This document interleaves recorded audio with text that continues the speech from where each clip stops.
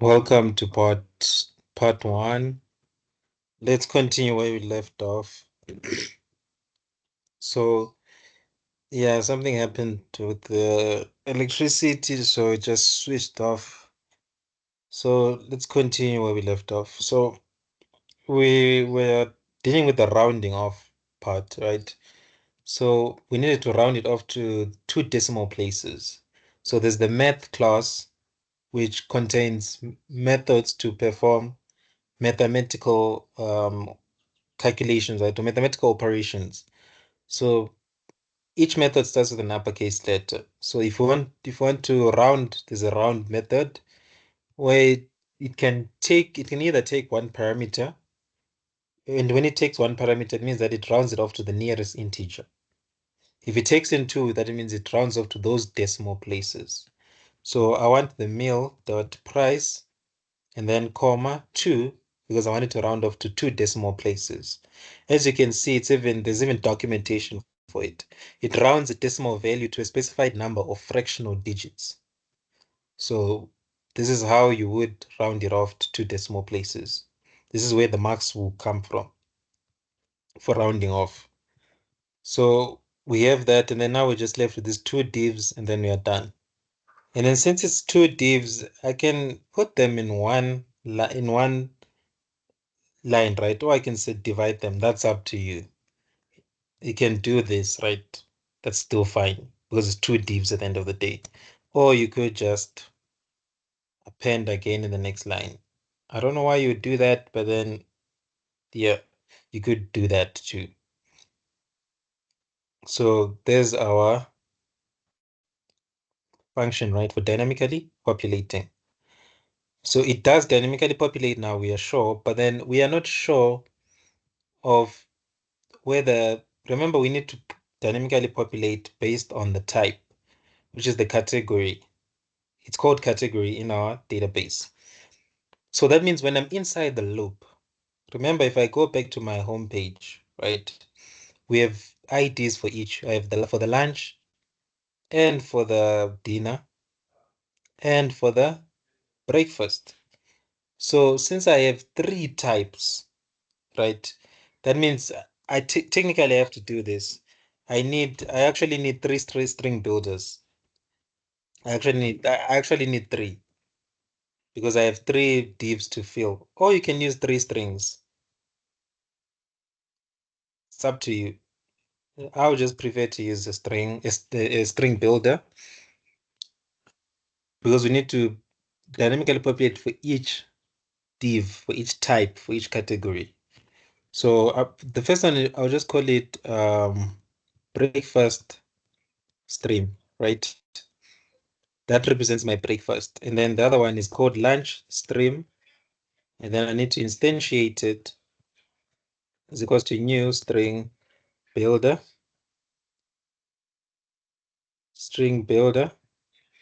and then string builder, dinner stream is equals to new string builder. So we have all the 3 builders for the 3 categories. And I need to append based on the type. Because if I just leave it like this within this for loop, right, what's going to happen? It's going to get all the meal types. That means it's going to append all the meal types inside meal breakfast stream, which is not what you want. I want to append only if the category is breakfast. How do I do that? So I need to stop my server and check when I do the if statement. I should say it's equals to what? I just want to be sure. So meal and then show table data. So the category C, it's an uppercase letter. Uppercase letter breakfast. That's very important to understand. If I do this, you see it's uppercase letter breakfast. In the with the first character is an uppercase letter. Lunch also, dinner is also the first letter is uppercase.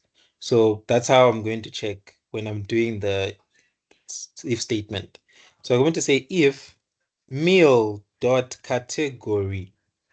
Remember, checking the category, I should only append if I found a breakfast product or a breakfast meal. Dot equals. Remember, this is not like Java where we have the equals, ignore case, what. You have to actually be, it has to actually match in this case because I haven't seen an equals ignore case function here. So that means it needs to be exactly the way it's saved in the database. Breakfast is spelled with the uppercase letter B. So breakfast. Don't spell it like this and put a small letter there. It won't find it. That means you will have an empty div, empty products basically. And then within this if statement, I put in the products. I append that product. And look at the stream that I've used, the breakfast one, because this category, it's when I've found a breakfast product or a breakfast meal. And then the same applies with, what is this? The other meals, right? I'm going to check the category again, dot category dot equals. If I find dinner,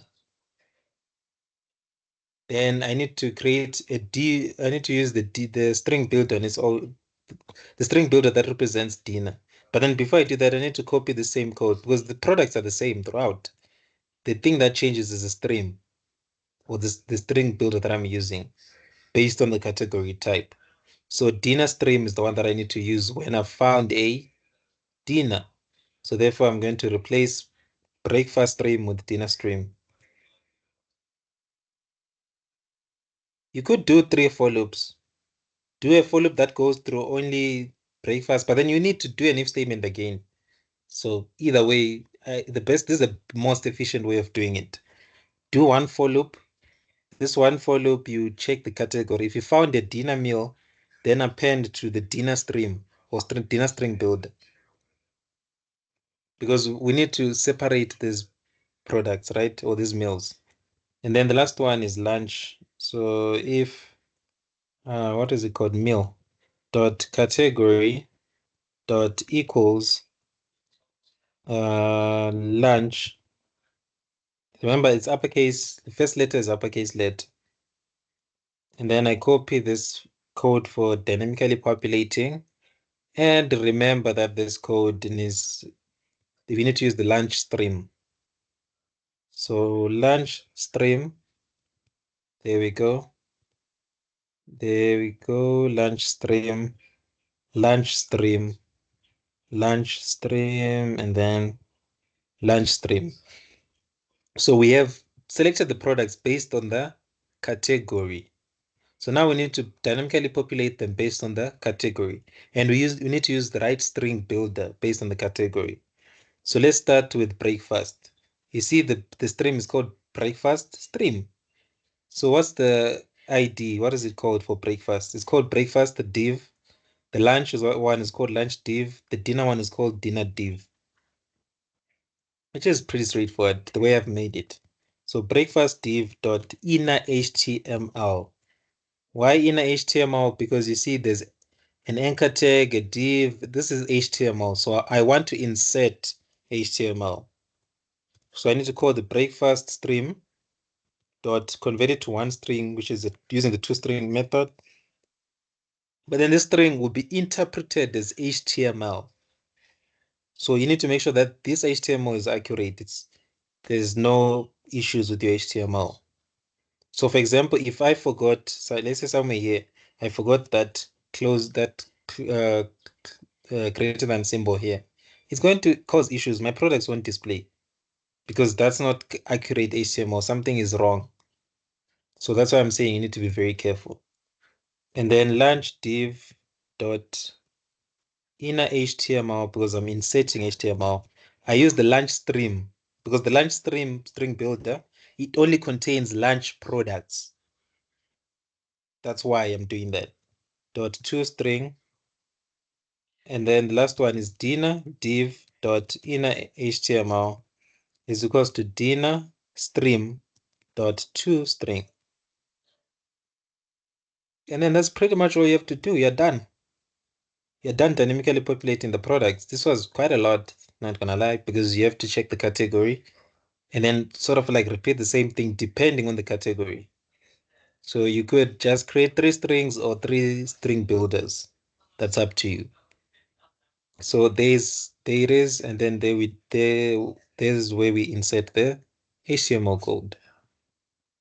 So now I'm gonna run my website, and then there it is. Is my server running? Yeah, I'm gonna face an issue. My server is not running. Let me show you what error you get when you run your website when the server is not running. So you're gonna get this error.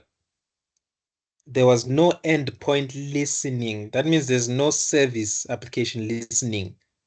It's not running the service application. You need to run the service application. So make sure it's running before you do anything. So run.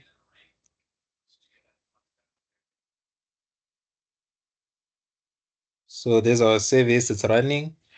And then let's run it by running the .svc file and then web. Yeah, just for safety reasons, I'll just update my service reference. Just it's updated, it's up to the current version, but then I'm just updating just to be safe. And then run.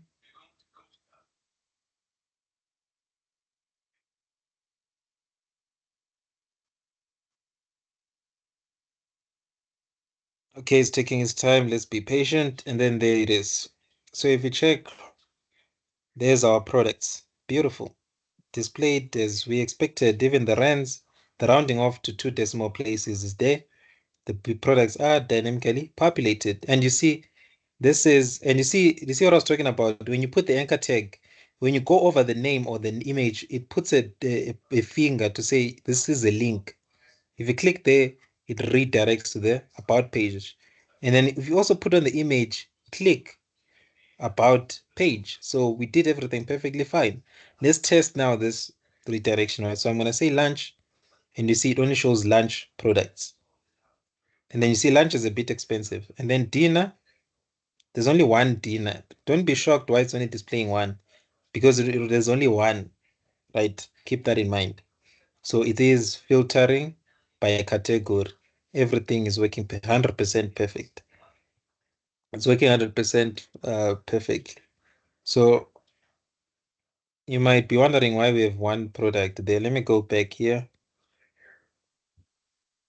Oh, so okay, we already have the get meal by ID, so we can already implement that, which is fine.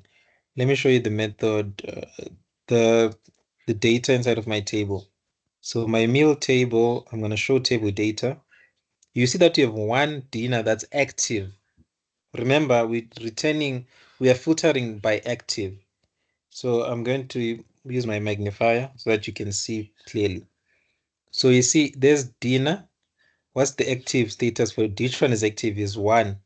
There's one dinner that's active. The second dinner it's zero, meaning it's an inactive. So that's inactive. That starter, it's inactive also. So yeah. And then for the special, they didn't say filter with special. Maybe in the next question they might ask, but then so far we haven't been asked to filter using special. Special can be used to show products that are on special, something like that, like products that are on sale, maybe Black Friday, something like that.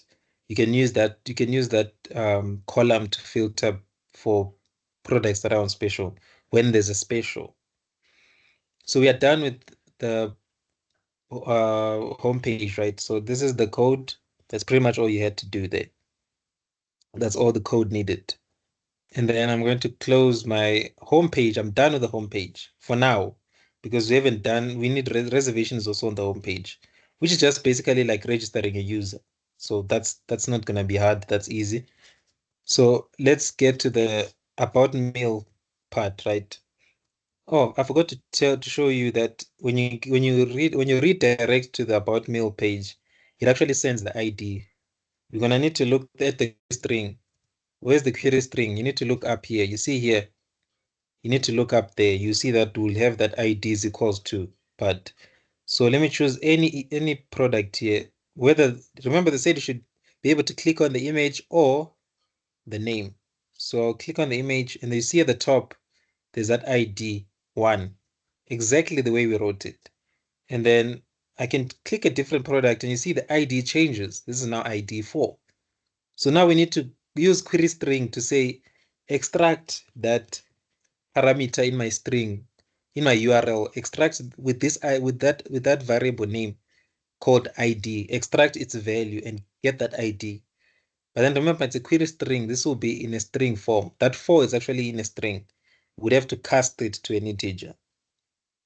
So I'm going to go back here and then look at everything that I need. So you see this H2 tag represents my meal name. So I'm going to delete that text. Remember, look at this HTML tag. It has text. Be very attentive here. There's text. So when I use when I implement my server side, I'm going to say inner text because I'm inserting text into this HTML tag. I'm not inserting HTML. I would have to use inner text method. So this will be the meal name and then run at server side. And then meal, I'll just remember it needs to be empty. It needs to dynamically populate. So I need to delete the actual text. This represents what does this represent? Yeah, this represents the product description, right? So if we look at our product, it's missing a price, right? If I redirect to the about page, you see that there's a price missing. You can just create a paragraph for that. If something is missing, you just create a paragraph. You see, there's a price missing. So what I would do is I'll say this represents my page name. Here there's going to be a product name, a meal name, I mean. And then I'm going to start displaying the price. And then, so the price should be here. And then after the price, I'm going to display that description. So I'll show you right now. So I don't need this bottom part. This one that talks about country, fill your mouth, blah, blah, blah. I don't need that. So I don't need this. So after meal name, I need to display the price. So I can create a paragraph tag here after the meal name, right? That's how I want to structure it. I want it to have that order. So here, this will be the price. So meal price, run at server side, and then this will be the meal description. So delete all of this. And you see, I'm giving the HTML tag the ID, and that HTML tag, it actually takes in text. So I'm going to use inner text. So this is meal description, this description, run at server side. So we have the meal name, meal price, meal description. What's missing is and remember the rules. You need to answer the question. And then look at this one. This one is a bit tricky. With the image, you can't insert text, right? You can't say insert. Yeah, you can't do that. We have to actually insert the whole HTML tag. So that means I'm going to cut this image tag and then cut. And then the div that contains that image, which is this div, I give it an ID. So I'm going to give it an ID here at the end. ID is equals to meal image. Run it at the server side. And then I open my server side for my about meal page. And then I'll just copy and then Control Z to undo spaces. And then I'll just comment this out. This will be my image. And then I need to use the service reference, right? So it's inside paper A project. I'm not going to use a string builder here because it's one product or one meal. So I won't say using system.txt. I forgot to close. Oh, I closed the service. Yeah. So paper A service. Is it paper? It's paper A service client. Yeah. Client is equals to new paper A service client. And then after everything, once you're done with everything, you need to close the client. So client.close. then done. So we need to do the query string, right? So query string, what will query string do? So query string, what it will do, it will help us to extract information in the URL. How do we do that? We say request, I'm requesting something from my query string. So I'm requesting from my query string something that is the ID, the value of something that is the name ID. That's what this means. But then remember, it's going to be a string, so I have to cast it to an integer to actually make it an ID.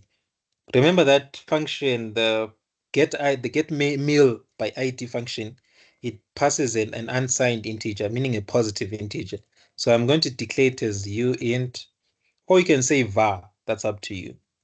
And then ID is equals to, and then remember to convert, you always call the convert class like this, and then you dot followed by a static method to convert to that specific type. So I'm going to say dot convert to uint, right? So to an unsigned integer. Why uint? Because I used an unsigned integer here. So I want a 32-bit. That's the normal integer. If you use a 64-bit, just know you're using a long. As you can see, it's a u long. Int you int you int you to int to uint 32, it's a uint, as you can see here. So I'm gonna choose that one to uint 32, and then I go here. So I've retrieved this right from the query string. But then before I retrieve, let me do this because they said we should test if the query string is not empty. That's something I needed you to really pay attention to. Yeah, you need to answer questions here. They say if no URL parameter is passed, the redirect home page. So that means I need to make sure that the query string is not null. So what I can do is, remember it returns a string. I go, okay, let me just do this. It returns a string, but then I'll just use a var. I'll say var and then say my query, I'll call it query, right?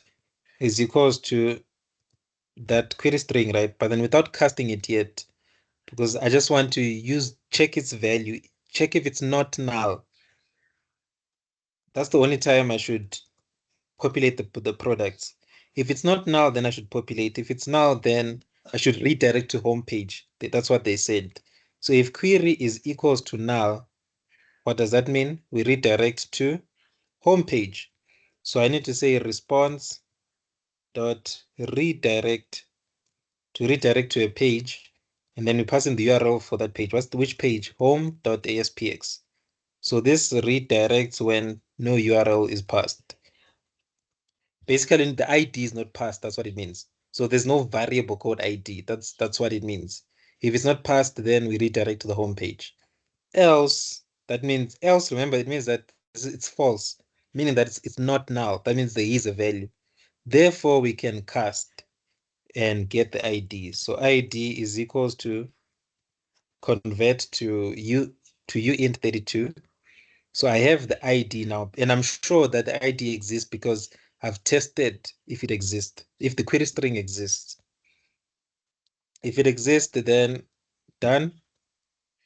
I'm going to now call my method, right? Remember, we created a service client to be able to call our methods in our service application. So now I'm going to call my method, right? Which is it's called get meal by ID, which is going to return a meal, right? It's going to return a meal. I can use var, but then I'm just going to use meal. You'll see why. It's up to you. You can still use var, that's fine. Me, I just like to use the actual return type. So it's going to be meal, and then this will represent my meal. So I'll just call it meal in small letters, and then client, and then call a method inside of my service application called get meal by ID, which takes in an unsigned integer ID, which is this ID here that we've extracted from our query string. And then once we've extracted the ID, we check the meal. You could test if the meal is not null. You don't have to do that. If it's null, that means that there was no ID passed. In that case, we are testing if the ID is passed. So we don't have to test any further. Now I can just display the products. So let's start with the meal name. So meal name, right? Dot inner text, because I'm inserting text, not HTML. And then meal object, okay, for those who get confused, let me call it obj meal, so that you can see that it's an object, obj meal dot name. So that's all they have to do. Simple, right? Straightforward. That's the nice thing about with the about page. It's simple. And then before we do the complicated one, let me do meal description. Remember, meal description, I'm also inserting text, not HTML. So I'm going to use dot inner text. And then obj meal, and then I get the description from my object. And then meal image. Image, remember the image, we're inserting actual HTML code. So I'm going to say dot inner HTML is equals to, put in a string because we're going to pass the HTML within a string. And then cut, and then I need to press Ctrl Z to undo those spaces. And then we do the same thing that we've been doing when we're dynamically populating the products in the home page. So I need to escape all those strings, the double quotes, I mean, within the string, and then escape. But then we need to split it up because I need to extract the actual name. So this will be a string on its own, and then this will be a string on its own, and then plus, and then here we replace with actual meal name, meal image, I mean, obj meal dot image, and then we are done. Now, okay, now we're left with the price. Remember, the price is still inner text, right? So meal, okay, the price is going to be annoying. So meal dot inner text. Remember, we're inserting text for the other ones. The only one where we are inserting HTML is the image. That's the only one. The rest are inserting text. As you can see, it's actual text. It's not HTML. So, or it's actual values. So inner text, it's called inner text. It means that it expects a string on this left-hand side, which is really annoying because that means you have to cast it to a string. But then for now, let's not cast yet. You'll see that it's gonna complain. So we need to output the price, right? Obj meal dot price. But then the price needs to be rounded off to 2 decimal places, like we did in the home page. So I need to call my round function. So math dot round, right? And then comma to 2 decimal places. But then round returns an actual number, right? And it complains now, you cannot implicitly convert decimal to string. So this round function returns a decimal, but inner text, it's called text for a reason. It returns a string.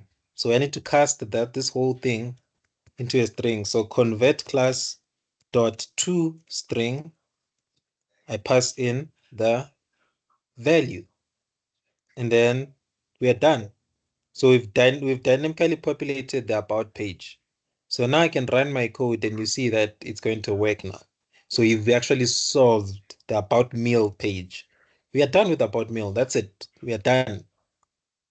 Now we're just left with reservation. Basically, add a reservation is to add a user. That's pretty much it. You could also dynamically populate these ones, right? But then that's not what he told you. That's not where he put the comment. So these ones need to be left as they are. So you see we can filter. So let's start with dinner. Carrot, right? There's the carrot. And then there's the price. There's the description. But then I forgot the R in the price. So let's fix that. So I need to go back here and just before the price, I need to put an R plus the actual price so that it shows it in rands. Well, the user knows that it's in rands. The currency being used is rands since we're in South Africa. And then scroll down and then pick another image. So there's the product, there's local fettuccine Alfredo, then there's the price with R to show that it's in rands. Then there it is. Everything is perfect. pancakes, there's our pancakes, there's the price, there's and because it's displaying because we're receiving the query string, the IDs are being passed. So for example, if I created an anchor tag here and okay, let's say here, okay, nope. I can't make it, I can't make the example when the query string is empty. There's no example here. So yeah, that's pretty much it. We are done with the dynamically populating and the about mail. Now we are left with the reservation. Seems like I'll be done. Yeah, I'll be done in this part, in this second video with everything. So let's do the reservation. The reservation is easy. It's like creating a user. Create a new reservation. Use the user input to create a new reservation. Check if reservation exists before creation. Update existing reservation. So we need to, I made a mistake here. I needed to scroll down to this page to see which functions are required. This WCF function returns based on the type. Let me see, to return. Yeah. You see what I told you? You see what I told you? You see the issue that I told you with the mark sheet. You'll answer the question, you'll solve the problem, but you didn't answer the question. You see what I told you here? WCF function to return items based on the type. So that means the type should be passed as a parameter. So I've made a mistake there. I need to go back to my service and then the get meals, I need to take in a string which represents the type or category. It's called category. So, but then assistants might not pick it up. So I'll call it type because I know those people where they might wrong you thinking that it's a category something else when it's actually called category. So now I pass in type here. So now instead of getting only the active ones, I get that product based on the type. So I need to also say and t dot category dot equals to that type that's being passed by the user. So only retrieve the products that are active and they're of that type. So those are the only parts you need to change. I need to only add the parameter and also compare the category to only return based on that type. Because I didn't see if you're supposed to check the mark sheet. Everything else remains the same. So now our code needs to change a bit. So let's go to our products. So that means that function must be called 3 times, which means that I actually need 3 for loops. Yeah, if you don't answer the question, you're gonna fail this much, I'm not gonna lie. You lose marks. You'll wonder why everything is running, but you got 50%. So let me update my service reference because I've updated the code. So it's gonna crash. There should be an error in home page because the function expects a string. So you see, there's get meals. It's complaining because I've updated the service reference. It's expecting a string type. So the meal type will be the string that I pass. I'll pass. So that means I need to create 3 dynamic arrays, right? Or 3 dynamic variables to represent the different meals. Yeah, and these people are not playing around. So we actually need 3 for loops. So let me do it the proper way. So everything is multiplied by 3. There's 3 string builders. There's 3 lines of calling the functions. It's just a lot. So remember what it's called. It's called breakfast with an uppercase letter B. Break fast. So this returns all the breakfast meals. Only breakfast. And then I'm gonna call it breakfast meals or yeah, call it breakfast meals. And then I'm gonna create another dynamic variable and call it lunch meals. And then call client dot get meals. Yeah, I need to look at the rubric or yeah, the rubric, right? Yeah. You need to look at it, the mark sheet, whatever. Look at it to make sure you're answering the question. So dinner meals is equals to client. I don't know those who like skipping videos, skip fast forwarding the videos. They're gonna miss out and write the wrong solution. dot get meals, and then the type is dinner. I didn't see them as I only see had so I was supposed to look at the mark sheet. It's important when you're doing the writing a semester test. So I'm gonna do three for each loops. I know it's annoying, but yeah, it is what it is. So I'm gonna have breakfast meal. Remember, I know the variables they kind of look similar, but then they are not. This is breakfast meals in plural. This will be breakfast, or okay, I can call it breakfast. Remember, the divs actually called breakfast div, lunch div. So I can just call it breakfast and call it lunch and call it dinner, the objects within the loop. Or you can just actually say obj breakfast like this. In what? Remember, this is important. In which one? There's three of them. Be specific. Which one? The one that relates to breakfast. So breakfast meals. Breakfast meals. That's the first loop, right? And then I take all the code that relates to the breakfast. So now I don't actually need to return the category. So I can update I still need to update my loop. Not my function, not my loop. And then I need to change everything here to breakfast, obj breakfast. So obj breakfast, obj breakfast, obj breakfast, obj breakfast. So yeah, we've changed. That's the first loop. So this is where we get all of our breakfasts. And then we need the second for loop to get all the lunch. So another for each loop for each, and then meal obj lunch in what is it called? What is it called? Lunch meals. The variable that stores the lunch meals is called lunch meals. So I need this set of lines. Okay, it doesn't matter which lines, to be honest. Yeah, it doesn't matter. I don't know why I was selecting. Yeah, it doesn't matter because as long as within that loop, it means that this will only extract lunches. Oh, no, no, no. What am I doing? I'm changing the wrong thing. So this is the object, not the string stream. Yeah, lunch. Oh no, yeah, it's fine. I'm copy the right way. If you copy just any of them, that means you have to also rename the stream. Yeah, so I'm doing the right thing. So lunch stream, breakfast stream, I don't have to change anything. And then this last loop, I'm just gonna leave the dinner there as it is. So I'm just gonna cut, but then now I need to remove the if statements. And then do this. It's actually called dinner meals. And then obj dinner.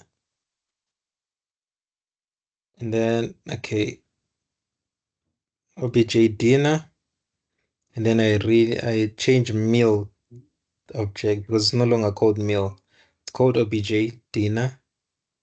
And then obj dinner, obj dinner, obj dinner. Yeah. So that's pretty much it. We're done. So now we've fully answered the question. It takes in a type category. Oh, I think that's why I lost marks. Yeah. When I was writing this, I think I forgot to pass in yeah. I was losing marks, small marks. So I'm gonna scroll down and then I'm gonna see that I have three for loops as expected. Because why three for loops? You're supposed to call the function three times since it takes the type of product to or meal to get back. So that means I'm gonna need three for loops. Yeah, you definitely need three for loops. Everything else remains the same. This part remains the same. So I'm gonna go back to my service. There's something that I need to change in my code. I no longer need the category when I'm getting the meals because I compare based on the category and get the product based on that category. So when I retrieve this data, I no longer need category. So I'm gonna delete category. When I get the meals, I no longer need category. Then I'm gonna run and then I'm gonna update my service reference. You need to always update the service reference if you change something in your service application. Okay, it's around 40 minutes now, but then we should be able to finish everything in this video. So there's my service is running, and then I update my service reference because my code has been changed, right? So I run to test like if it's still working as expected. It should, nothing should change. I just changed the way of solving it to answer to do it according to the rubric. So if I scroll down, let's see. So there's all the products displaying as usual. It might seem like nothing has changed, but then now we get full marks. The redirection is still working, everything is fine. But then now we get full marks based on the rubric because you'll be marked based on the rubric. So you see, based on the type, we've answered that. Retrieve the image and also the query strings, there's marks for that. Look and feel. It does look beautiful and feel good. If it does, then 8 full marks, and which it does. So we got the full 8 marks. And then here the first WCF function they wanted. You see, check if URL parameter is passed. If not, redirect to home page. There's marks for that, which is 2 marks. Where we checked if it's not equals to null, that was 2 marks. That only those lines of code were actually worth 2 marks. If it's out of 100, that means it's actually worth 2%. And then WCF function to return a single item using an ID. It takes in an ID. We did that. Done.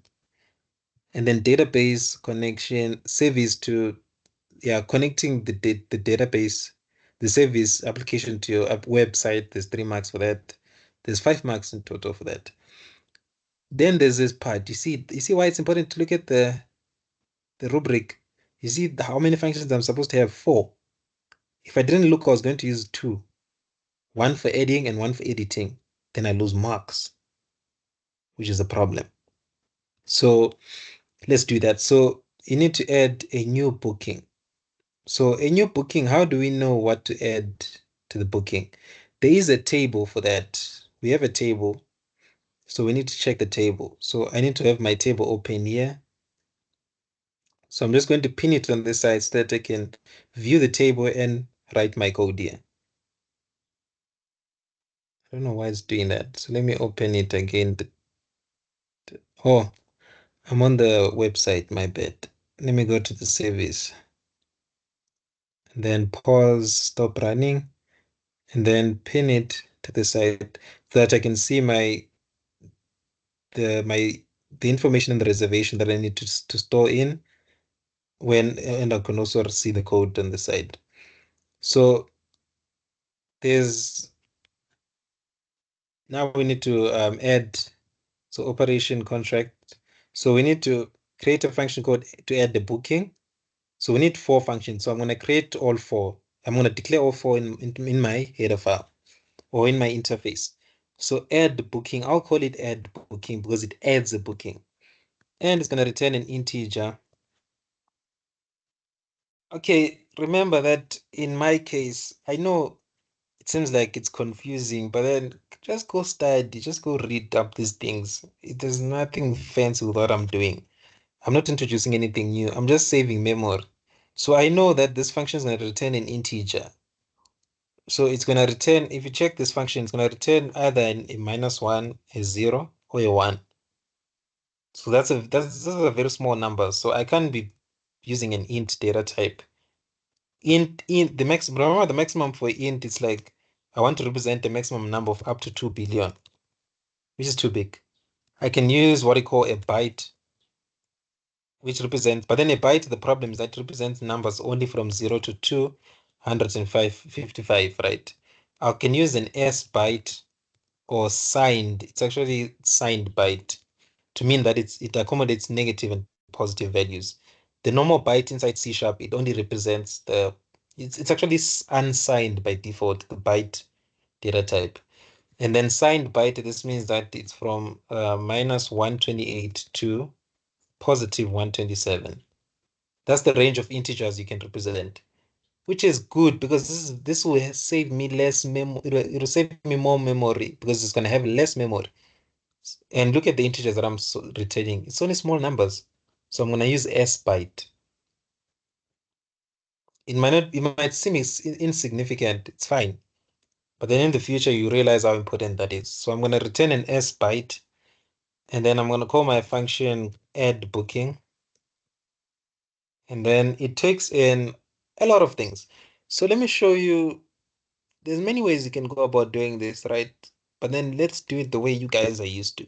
You see, there's nothing stopping you. You could just pass in a reservation object here and say obj reserve and a reservation object instead of passing them individually, like the name and what that, and then you implement it on the servers on the website side. That's when you actually instantiate it and get the information. You could do that. There's nothing stopping you from doing that. So let me do it that way. Let me show you another way of doing it, which is this way. So instead of passing the individual, because look at how plenty they are. Look, they're a lot. I've just taken the object. Keep things simple for myself. So reservation, and then remember, we use signed byte because I'm also going to return a negative value, which is -1. So signed byte means I can represent negative values and positive values. That's why I use S byte. Operation contract. What else do we need? What other function do we need? WCF function to check if booking exists using email address. You see, this is the reason why I chose to do it my own way. The WCF function, they didn't tell you what parameters you should take. They don't care. So there's no emphasis on that. This one, there's emphasis. They told you using the email. WCF to retrieve booking using the email. So you see, there's there's a requirement there. Yeah, this one check if booking exists, right? And then it takes in an email. And then I'm going to so it checks if it exists. That means it's gonna return boolean, right? So it's gonna return a boolean bool, and then I'm gonna call it booking. I'm gonna say does booking exist? And then it takes in an email. Remember, string email. And they told you it's an email. It's an email, so I have to use a string and then pass an email. And then the other one is to get the reservation. Is it get reservation booking? Which means get the reservation by email, not by ID, by email. This thing of cramming will make you lose marks. You can even get a 40% here. Because see there's a rubric here. If this thing is not it's not there, there's no marks for it. You won't get marks. So it's to retrieve a booking, basically get a booking. So I'm gonna call it get booking. So since it's getting a booking, that means I expect it to return a reservation. I don't know why they call it booking. They're just confusing you. It's reservation. So I'll call it get booking because that's what they're, they're referring to. They're referring to it as they're referring to it as booking. So I'm gonna call the method get booking, and it gets it by email. Don't be cramming and say, okay, yeah, I know it's gonna get by ID. Already losing marks there. And then let's go back here to edit booking. I'm just going to call it edit booking or update booking. And they can be success or fail and things like that. So that means it's going to return a -101. So I'll use an S byte. And then I'll call it edit booking, or you can call it update booking. Let me just call it update booking instead. Let's see what it takes in. To edit a booking, it doesn't take in, they didn't tell you, right? So that means that means it's like it's the same thing as what is booking, add booking. It's similar to add booking, but then we are not creating a new entry here. We are updating what's already there. So I can also just pass in a reservation here. Why am I passing a reservation? Because I don't want to pass all those individual things. There are a lot. Look at how many there are in this table. 2, 4, 6, 8. So I'm going to take 8 things. No, I'm not going to do that to myself. I'm just going to pass in the object. They'll be initialized. I'll write the code to initialize this object before passing it. I'll initialize it on the website instead of the service side. So I'm gonna go back here and then let's pin it to have some room to type here. And then I'm going to say click this globe and then say implement interface to add all the missing methods. Did it add? Oh, the other one it did put it at the end. So what I'll do is I'll just cut this and put it there so that I have every unimplemented method at the top then. So let's start with add booking. The same way you register a user. It's just different names. Don't get confused when you see, I don't know, booking. I've never done booking. It's the same thing. It's just different terminology for it. Yeah, because it's a different problem statement. You can't be dealing with users all the time. Sometimes it's a website about a restaurant. Obviously, you have chefs, you have waiters. That's a different problem, but the code is still the same. So don't wait for them to paint it to you and say it's register booking. There's no such thing as register booking. It's called add the booking or book. That's pretty much that's the terminology that's used. So I'm gonna say var because I'm adding one booking, right? Not bookings.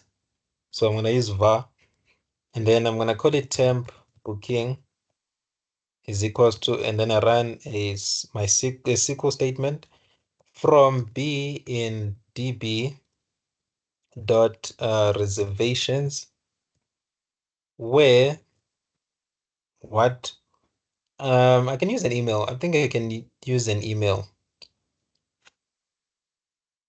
Yeah, I think I can use an email. Let's see.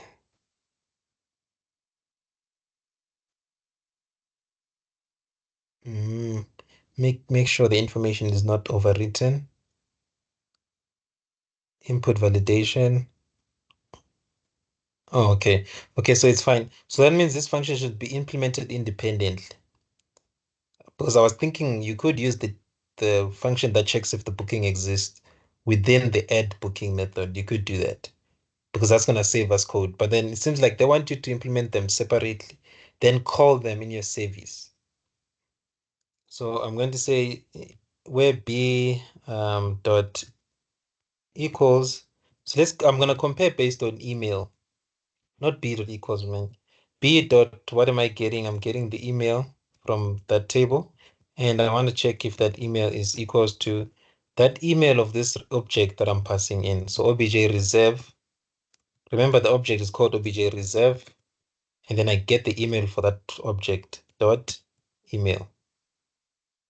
So it's still the same thing, just that now I'm passing an object instead of the individual pieces of data. And then I select that column. But then if I leave it like this, it's going to return multiple bookings. I don't want that. I only want the first one, the first weight that matches this requirement. So first or default, so that I get back one.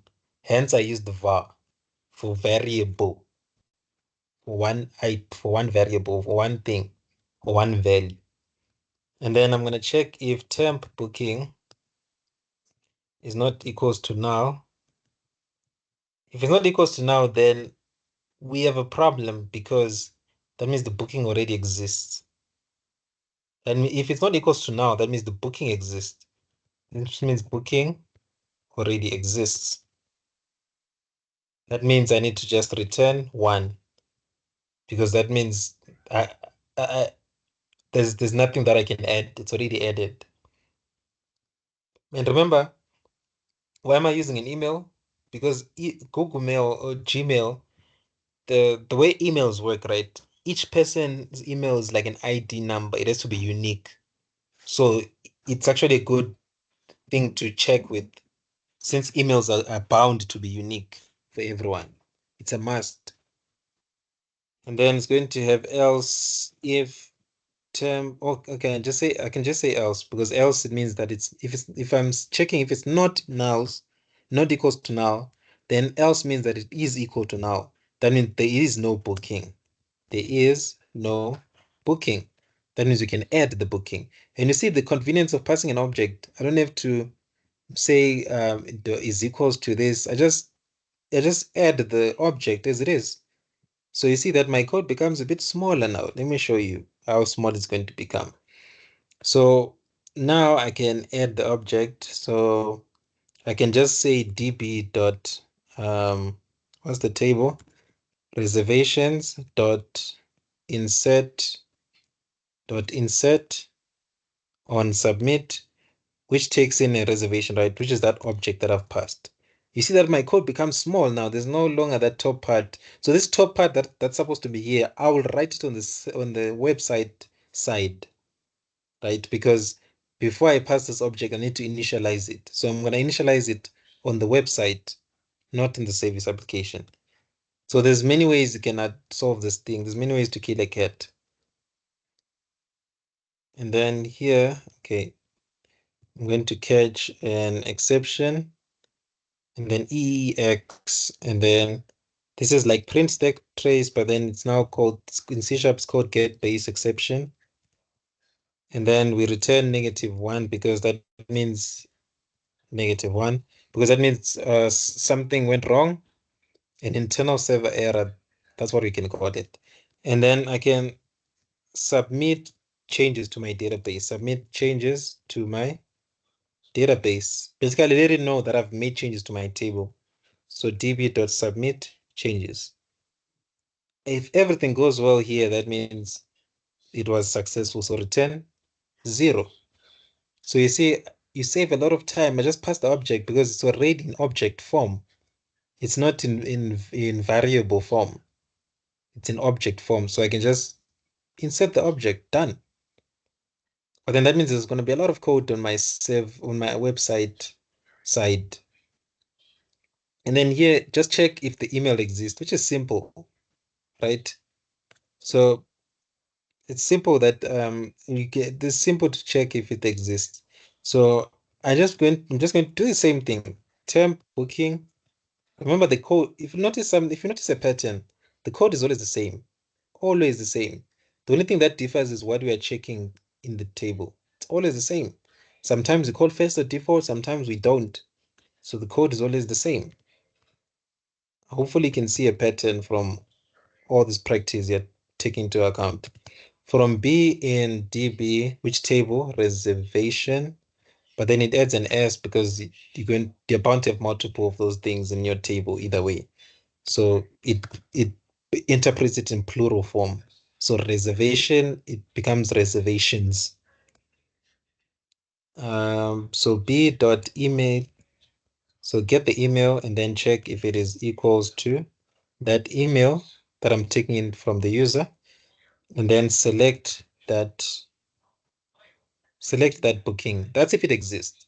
And then if I leave it like this, when I return multiple bookings, I only want one. So select the first one that you find. You can just say select first. You can call it select first. But then I want to select return.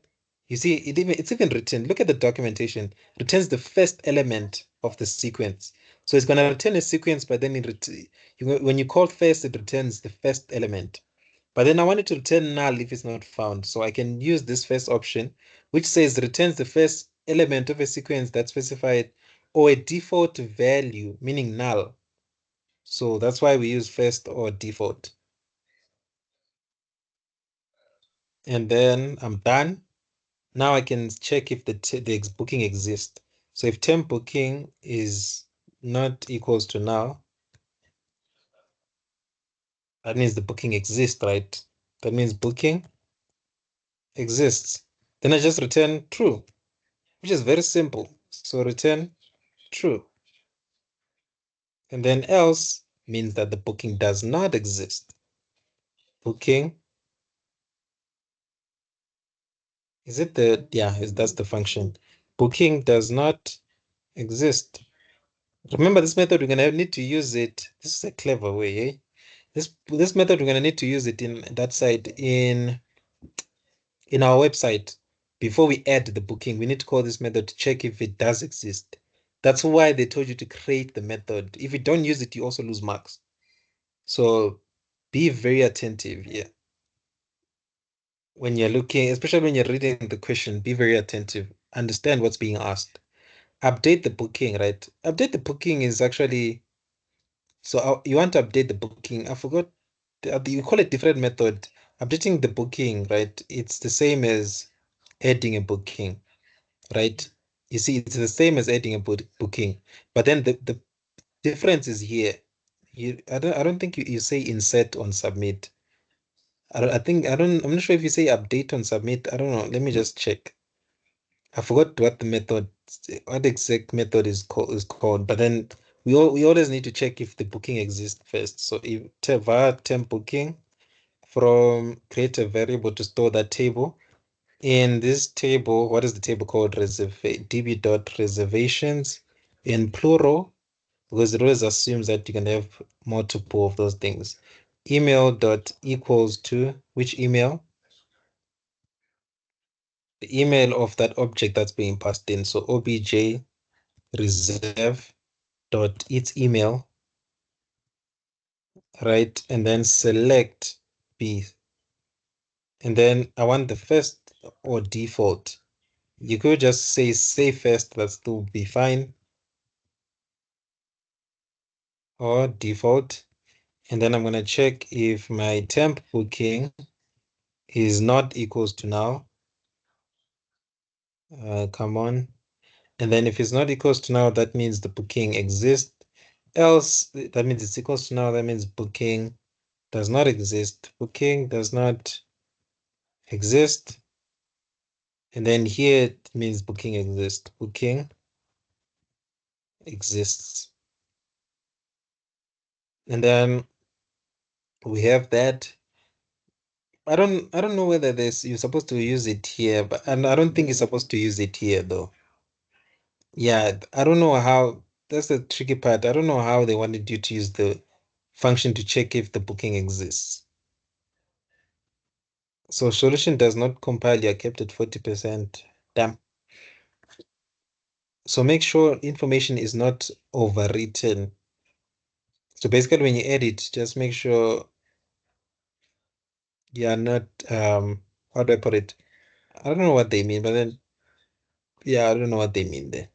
What's that for?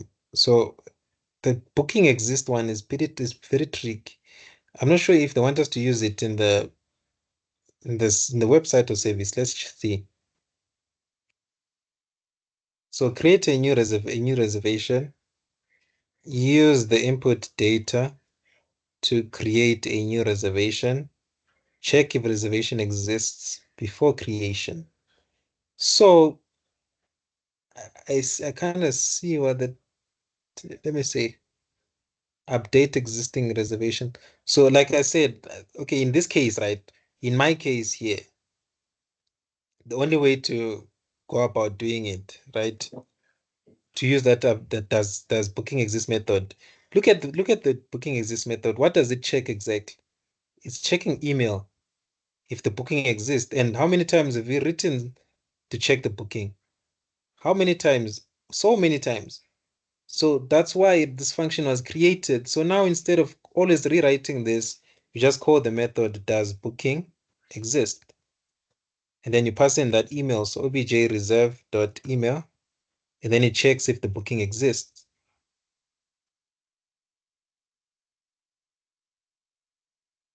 I don't know where it's taking that from. It's not always equals to true or null. It's not always equals to null. This thing is crazy.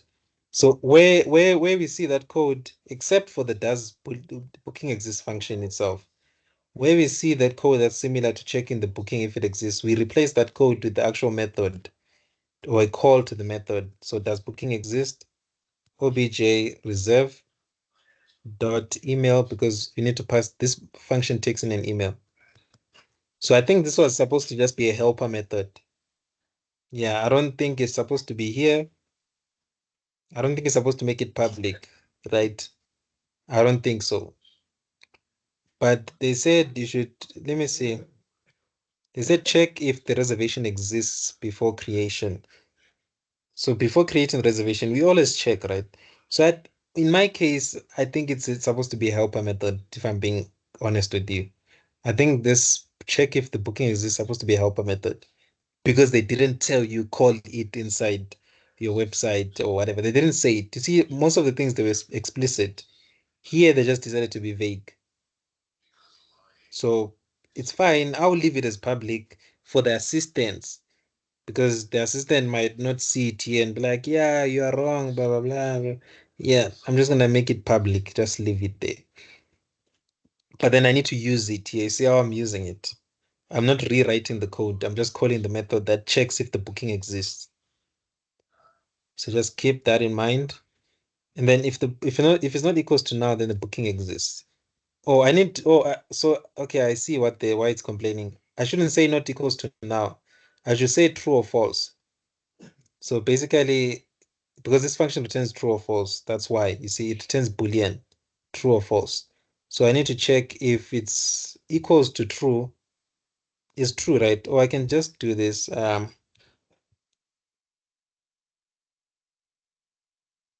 Yeah, so yeah, I'm just going to say if remember you can see if something is true, right? Let's say you want to check this. If you're saying is equals to true, you can do write it this way, or you can just omit the equals to true because it's going to check the value of that variable you've put in the if statement. If that value is true and it needs to be of type bool in order for this to work. So this will return a bool. Remember, var will pick up that this is a bool. If I check, you see, it knows that this will return a boolean. So this will be fine. You'll check if bool, that means if this variable is true in it, meaning that the booking exists, that means it does exist. And then the same thing applies here. Instead of doing that, oh, for you guys, since you guys are not used to this, it's fine. I just say it's equals to true. I don't. That's bad coding. I'm just gonna leave it as equals to true because I know some people be like, yeah, I don't understand. Yeah, I don't see why you wouldn't understand, but because this is the basic. This is something that you should have known in C++ plus plus or informatics. Because you're doing informatics 2B, that means you did informatics 1. If you're doing informatics, that means you're doing computer science. It's always the case. So there's no way you don't know basic things like this now. If you don't, there's no December for you. Go study because finally it will chow you. It's a fact. It's not based on how you're feeling. It's a fact, that one. Finally is not joke. It's not a joke if you don't understand such simple things. So booking exists. We're trying to update the booking if it exists. So if it does not exist, that means just return one because it does not exist, right? And then here we try to update. I forgot what is it called, but then I'll find it. I'll just search the methods. There was a method for updating, so so that it doesn't create a new entry. Remember, when you use insert on submit, it's going to create a new entry. And if it creates a new entry and it's the same entry, we have duplicate data now, which is a problem. So I need to call a different function. I shouldn't call insert on submit because that's for inserting. I do not want to insert. I want to update. This method is meant for updating. And remember, since I'm taking an object, I just go straight to the line that inserts, right, or updates. So I'm going to say db dot, what's my table? Reservation. Dot, is it insert? It's not. Then these are the, let me search for the function. Okay, okay, there's delete. If it's not there, then I just guess, but then there has to be some function like that to update.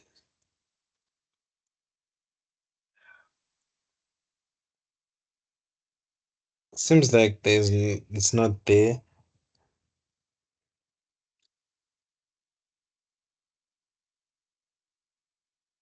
So insert all and submit. Adds all entities to the collection. So it adds multiple.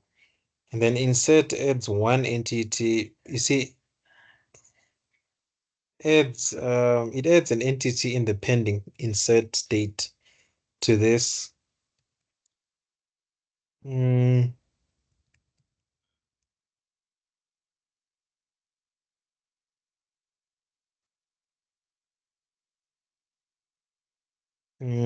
da, da, da, da, da.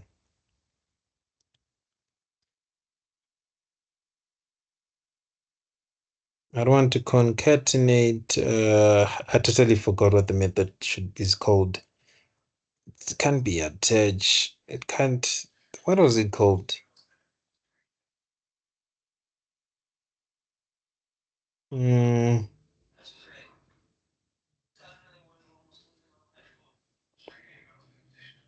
so it shouldn't insert because insert it means that you're adding that entity, and if the entity already exists, you see that we're going to have duplicate data, which becomes a problem.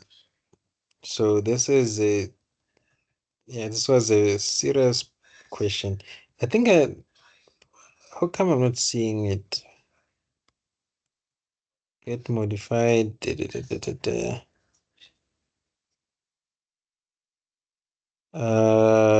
prepend. Dot select. Blah blah blah. Dot to lookup. Dot zip.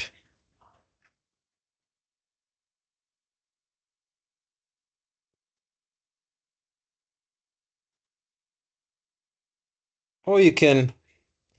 I can do. I'm thinking about something here.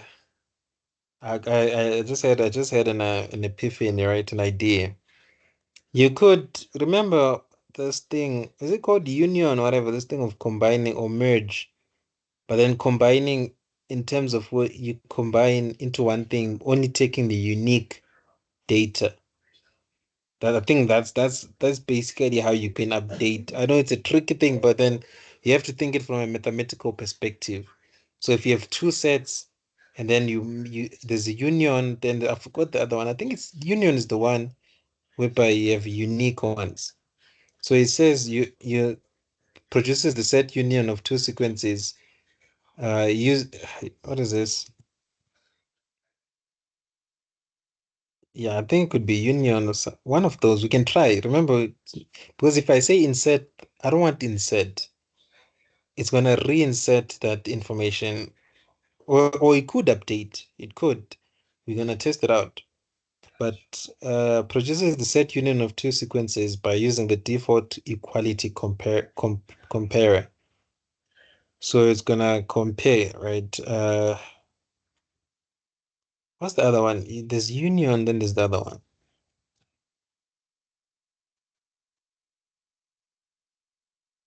Mm, join, yeah, there's join, yeah. There's union, then there's join. So join correlates elements of two sequences based on matching keys. The default comparer is used to compare keys. Is it intersect? Oh, intersect also can do that. So you can group by or groups element, group join, correlates.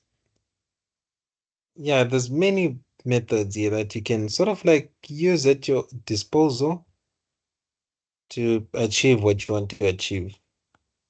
But then let's just leave the insert, right? But I'm not, I think it's gonna reinsert, create a new entry here. Yeah, we'll check. It's either join or yeah, union or join, one of those. And then I'm gonna need a try block here, and then catch an exception, EX, and then return -1 because that means something went wrong. And then I'm going to get the base exception.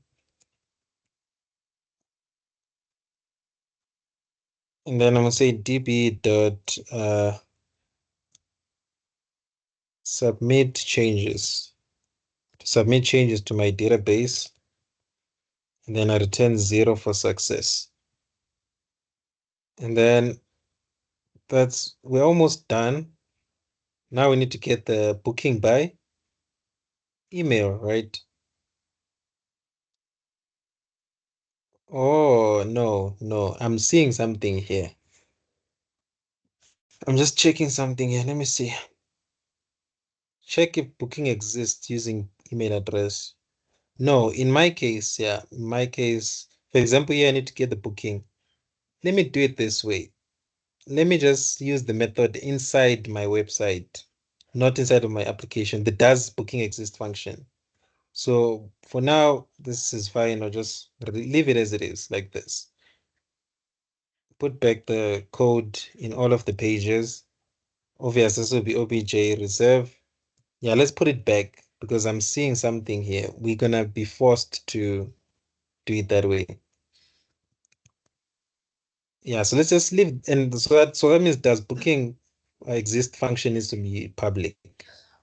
And then this one also needs to do the same thing. Obj reserve dot reserve dot email, and then this will return an object, right? So I need to use now to check.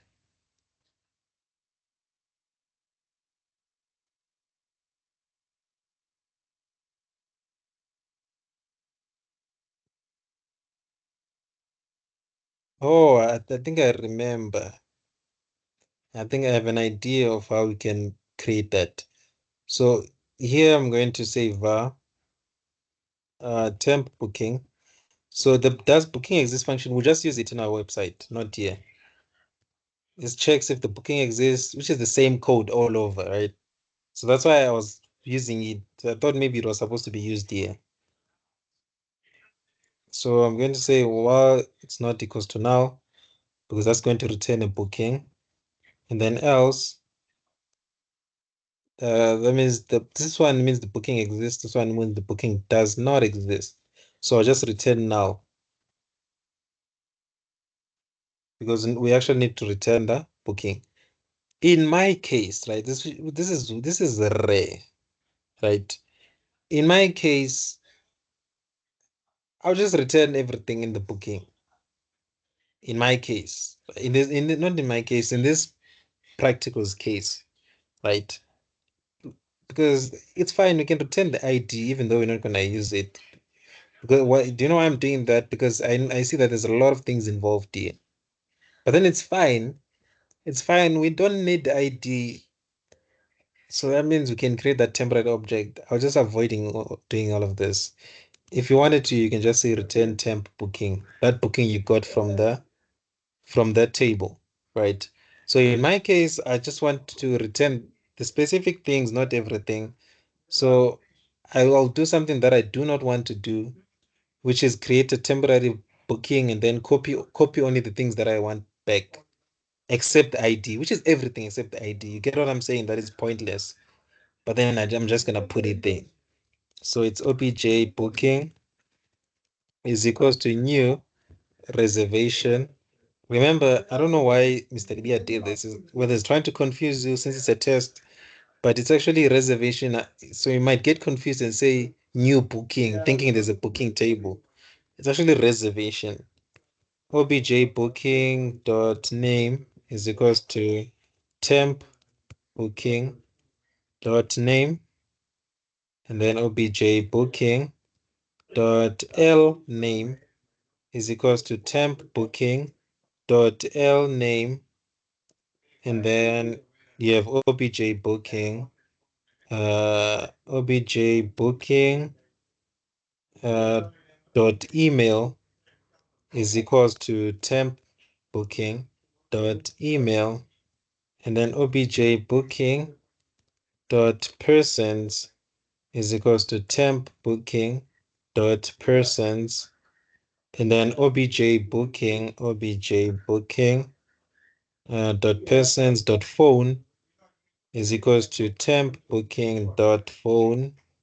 So you see, there's quite a lot involved here. That's why I was avoiding doing this. Just saying, you know what? Just return everything. If you want this, there's no marks for this. Like for the specific thing, like there's no specific marks. So just return everything. Just say return temp booking if you want to. That's up to you. Because there's no, it's not, this question was not specific. It's never specific either way. So it's either way, it's just up to you.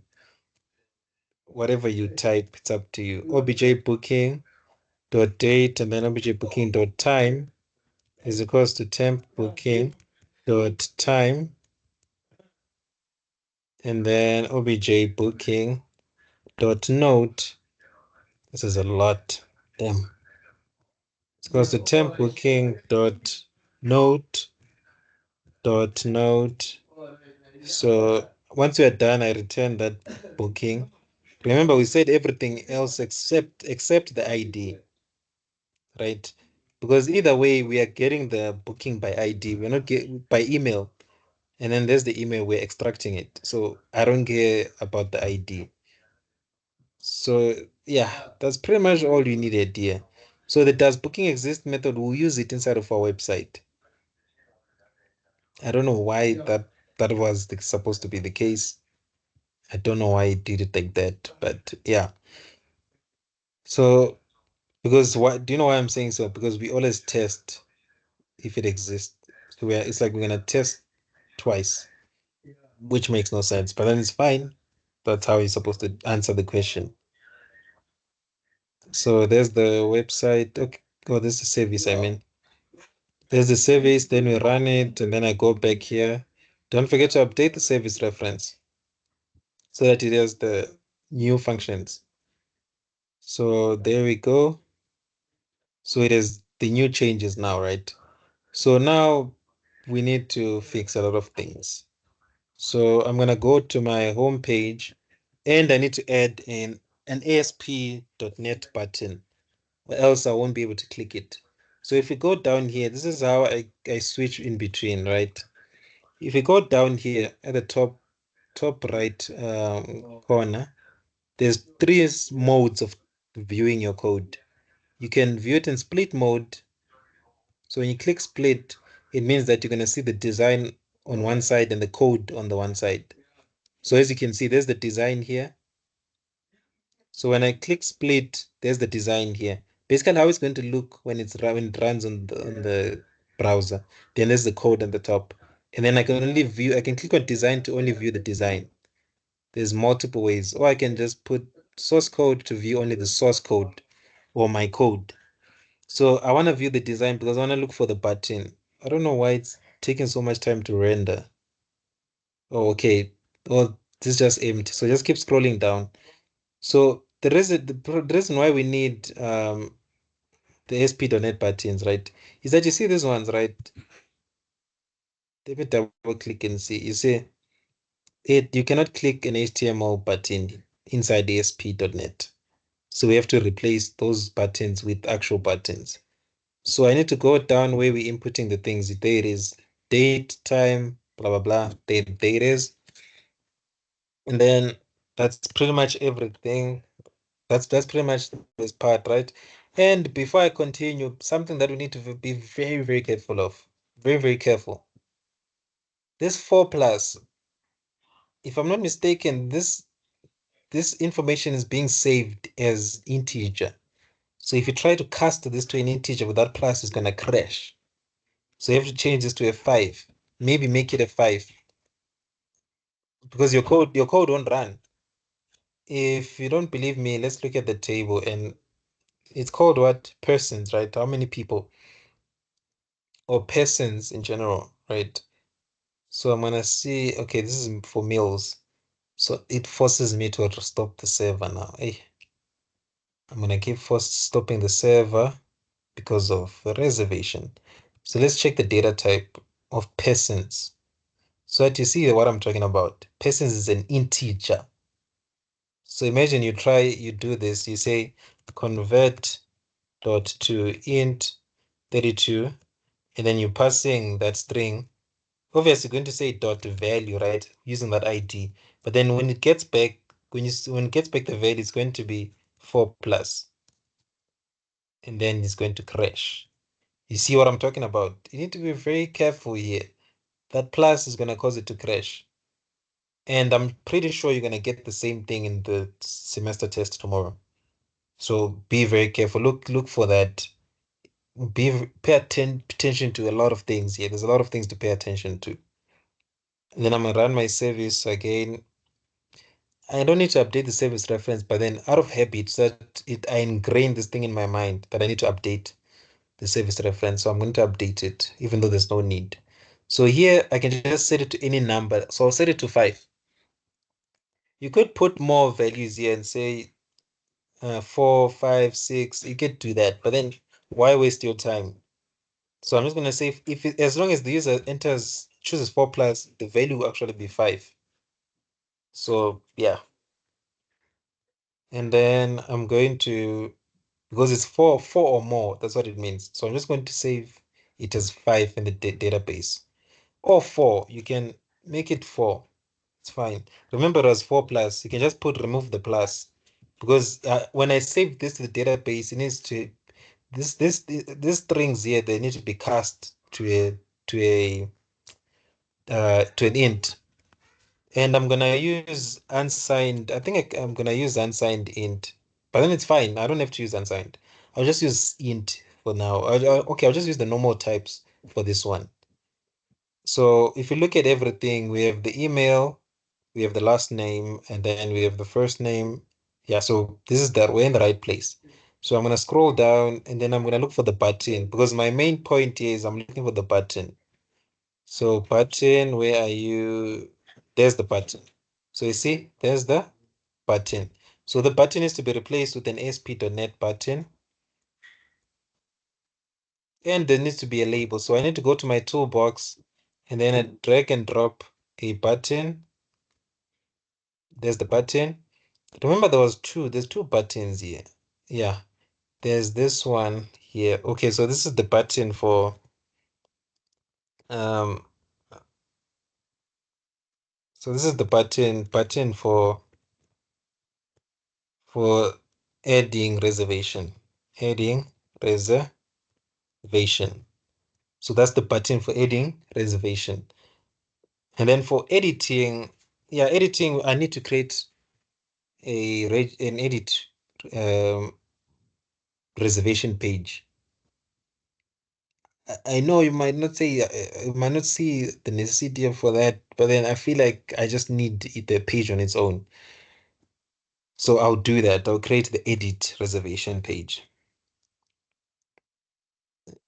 Remember this practical, they didn't tell you that you shouldn't generate new pages. I didn't see it. I'll double check right now. So btn add reservation. And then I'm gonna copy this CSS class, right? To style my button. If I don't copy it, my button won't be styled. And then the button text you saw that it was called reserve now. So reserve now. So for the CSS for the ASP.NET buttons, right? You call there's the parameter called CSS style. It's a CSS style, right?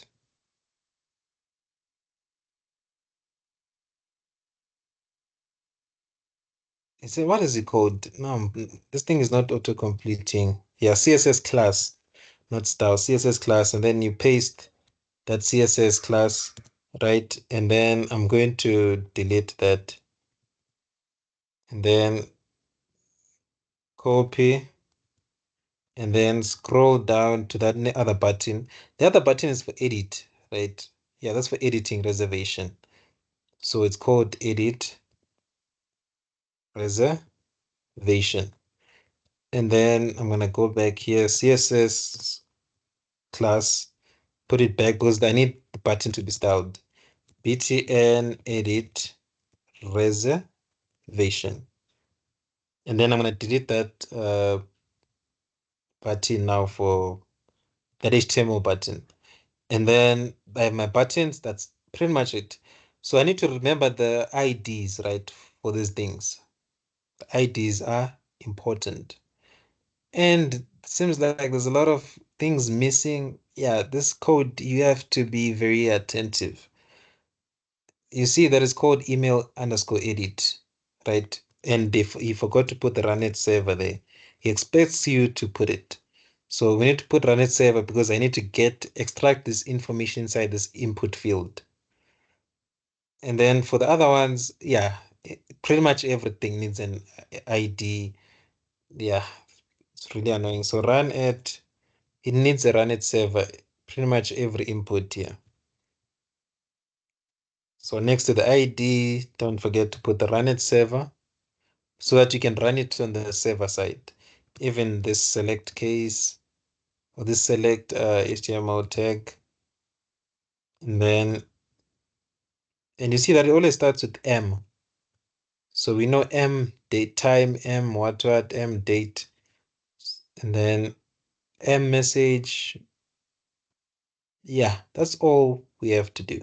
Yeah, that's pretty much everything that we've selected. So M date, M name, M, is it M first name or M underscore F name? So it's fine. I know that it always starts with an M. So now I can go to my server, okay, before we continue, I need a label. And if you notice something, right, let me see.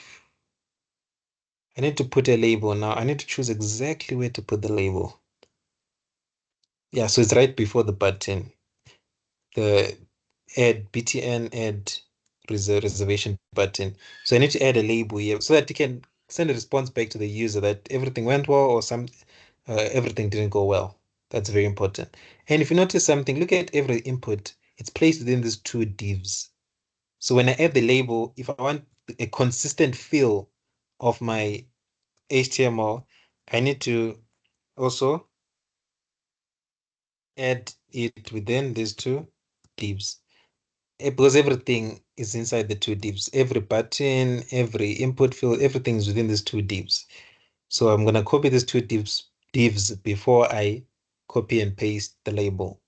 And then I'm gonna go to my toolbox, I drag and drop a label. And then I'm just gonna call it response.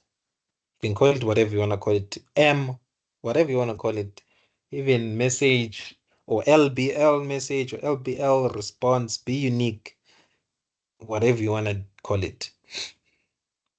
So there's everything, right? So we have everything now. So I'm going to close all. Okay, I need to run on the server side, right? I need to implement the server side code. So I'm gonna open home.spx.cs for C sharp.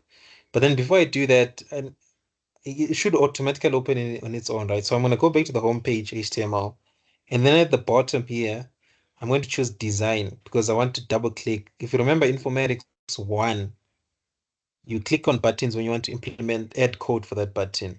So I'm gonna double click for the reserve button, and then everything that's placed there will be executed when this BTN reserve button is clicked. And then I go back to this side, edit reservation. When the edit reservation button is clicked, everything within it will be executed. So now I have my buttons, and then I can just press save all at the top to save all of the changes. And then now I can add the reservation. So let's try to add the reservation. So we in order to add the reservation, we need to extract all of the information from the input fields using the specific IDs. So what I'm going to do is I'm just going to store them inside variables. So store information inside variables to make it easy because they're called M underscore what, which is a very cryptic name thing, right? A name for it. It's a cryptic name for it. So I'm gonna call it first name is equals to M underscore F name dot get value, and then string last name. I'm assuming if there's first name, there's last name. M underscore L name, which stands for last name. What a cryptic way of naming things. String, let me check something here. The thing is I'm forgetting what are these things, how many things are they? Let me just do this, but I don't have to think about it. Let me copy this code here. Remember, I don't have to do this. I'm just forgetting how many inputs are required in how many columns are in the table, and what are they called. That's pretty much my issue here. And then, yeah. So we have after first name, we have an email. So it's going to be M underscore email dot value. And then remember, we need to trim to remove any white space characters. And then persons is an integer. Remember, persons is an integer. So int persons, basically number of people, m underscore people dot value. But then we need to convert it to an integer. So I need to take this, cut everything, and then convert dot to int 32. And then I pass in that value, right? Converted to an integer. And then we pass in the phone, which is, I'm sure, pretty sure everything else, yeah, everything else is a string. Yeah, everything else is a string. I think even the dates. Yeah, everything else is a string. Let me just double check. Always be sure. So I'm waiting for this. Okay, pause. Stop from running, and then the reservations table. String, blah blah blah. Yeah. Well, the date is date. Is of type. So the date is of type date. So I can use date time or just date class, but then I'm just gonna use date time. Let's use date time for the date. So yeah, there's a lot of things to confirm here. It's really annoying, I know. So the phone number, we know that's a string. So string phone, m underscore phone dot value, and then string. Okay, the date now, that's date time. So date time. Okay, there's no date class, so it's actually date time. So date is equals to m underscore date dot value. And then the time, oh, okay, we need to convert it to a date. So we need to call the convert class and then call the method dot to date time. And then you pass in that string, which is going to convert it to a date time. And then the time is also in a string form. So time is equals to m underscore time dot value. And then last one is note. So string note is equals to m underscore message dot value. He called it message. So yeah. So we have all of these inputs, right? And remember our methods, the way I did it, it expects a object. So I'm gonna remember what I talked about. The code for the object, I'll implement it here on the side, not on the service side. But before I continue, I need to create a paper A service client. Client is equals to new paper service A client. And then don't forget to always close your service. So I'm gonna go down and then client dot close, and then yeah, I've closed. And then now I create, remember that code that was omitted or missing in the database side. It needs to be added this side. So I need to say create, I need to add a comment. Wait, what are we doing? Create a booking, right? So create or add book. Okay, create an object for booking. And then that object will take in what information? All of this information. Since I didn't write it on the service side, I'm forced to write it this side. Why? Because that function that I've implemented, it takes in an object, a reservation object. So you can use var, or I'll just be direct and say it's a reservation. It's a reservation. Obj reserve. Because the methods that I've implemented, they require an object. So I need to instantiate it here, new reservation. Lucky enough, there's no other thing called reservation inside ASP or C sharp. So there's no conflict names here or conflict issues. And then I'm going to initialize obj reserve. Obj reserve. Let me just copy this name to speed up things. Dot, is it first name? Okay, So the first name is just saved as name. Yeah, this is so inconsistent. So first name, then obj reserve dot l name is equals to last name, and then obj reserve dot email is equals to email, but variable email. And then now I need to get the persons. So dot persons is equals to persons from the user. And then obj reserve dot phone is equals to phone from the user. And then obj reserve dot date is equals to, remember the data types need to match. It needs to be both of type date. Date, you see, no issues, it didn't crash because the data types matched. And then dot time, the time is going to be the time variable. And then the last one is the note. Did it save it as note in the database? Okay, yeah.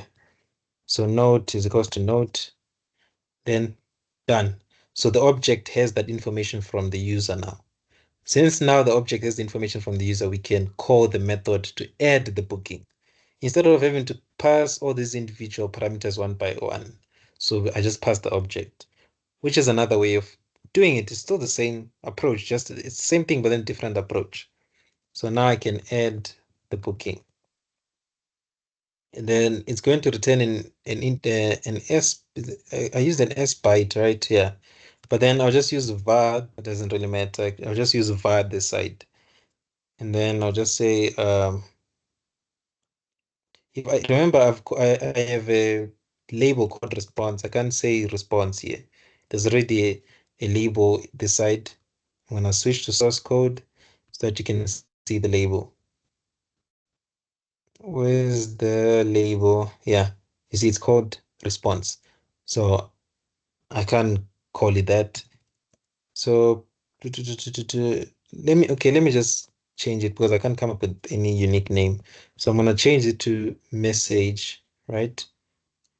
And then now here, just say this is the response from my service application.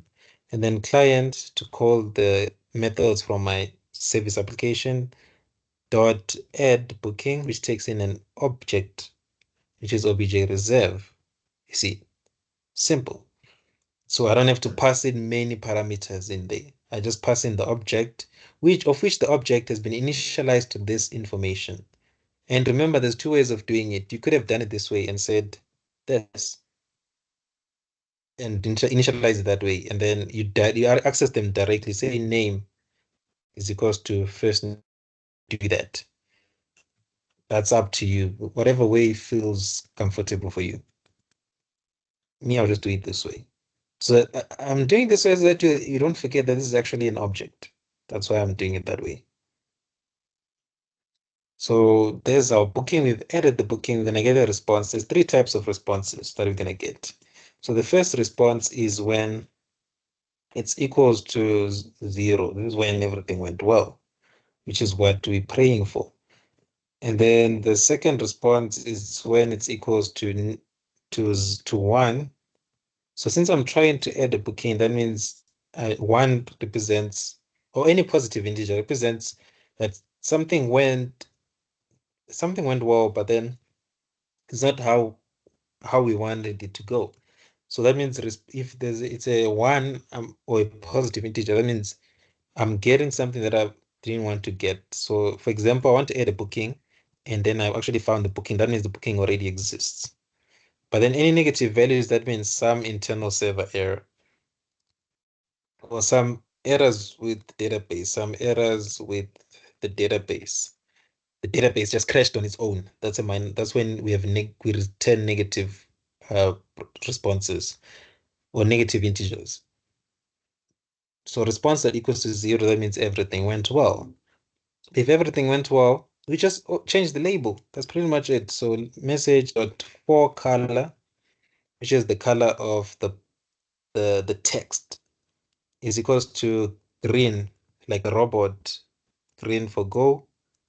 That means good to go, or everything went well.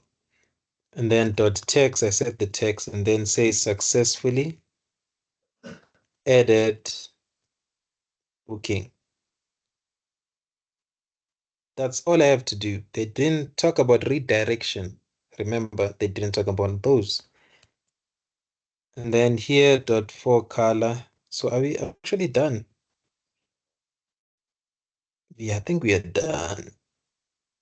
Oh, we need to edit. Oh, we are not done. We need to edit page. So I need to implement the editing, which is similar to which is exactly what I'm doing above. So I'll just copy and paste that code to save time. But then I just want to change. I just want to be sure of something.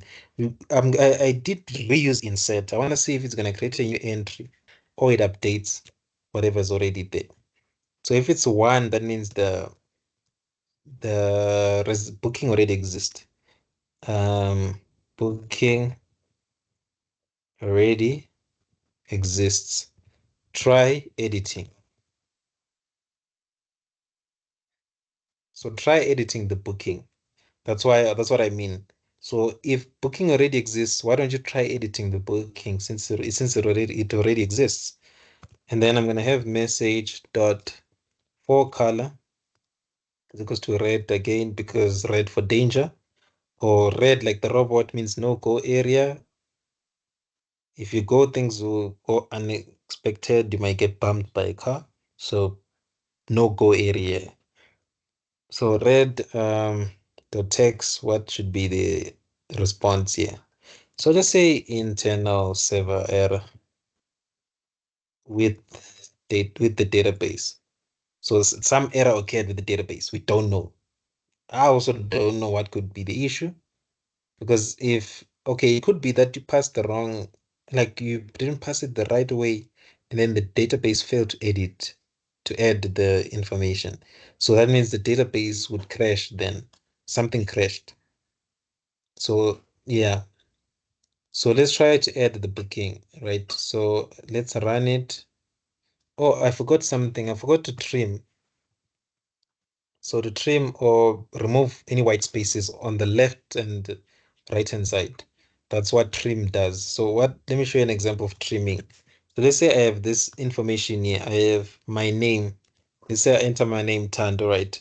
And then if the user enters all those spaces, we don't want to be storing all the spaces or yeah, all the spaces, we don't want them.